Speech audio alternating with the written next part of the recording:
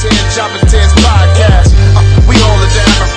They know what's now. Honestly, having a show that shows the kind of behind the scenes. So I'm going to read the series synopsis, and then you can tell us a little bit more like your process on how you came about doing Pinfall. So the series synopsis is professional wrestlers battle their personal demons while the new female CEO of their organization struggles to rebuild the business. It's a high stakes in a world where nothing is real, everything hurts, and you can't trust anyone.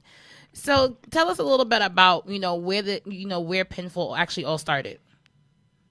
It all actually started on the road.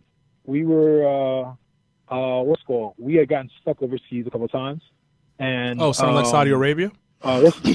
Not like that. Shade. We actually got stuck because of weather. And we were in Europe, and I think we were in Scotland, and we got delayed flight for some. We were in the UK. We got delayed flight, and our delay was like a 5-6 hour delay. And I started writing like little fucking like anecdotes and stories like that, because I always did that as a kid, and I was like always trying to write my graphic novel with Mark, and I was writing out ideas and things that I could write about. And so I actually jotted down, write about the boys, you know what I'm saying, and write about the shit that we go through. And I kind of left it in the back burner on my laptop forever and a day. And fast forward like 7-8 years later, I'm just sitting there and I'm like going through all my old computer stuff, and it was like Pinfall. It said Pinfall, and I was like, "What the fuck is a pinfall?"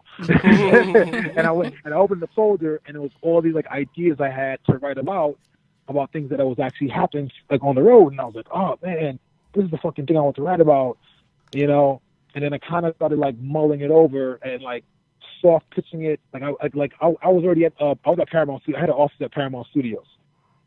Because my graphic novel got optioned, and part of my deal was that the guys who optioned it, they gave me their own office space on the lot. You see what I'm saying? Boss moves, black man. Boss moves, black man. Big dick move out here. Yeah. Big dick move. You know what it was? I basically when I was on the road with WWE, whenever I was off the road for that Tuesday, Wednesday, Thursday, I was at Paramount Studios interning. And I was the biggest, blackest intern you ever see.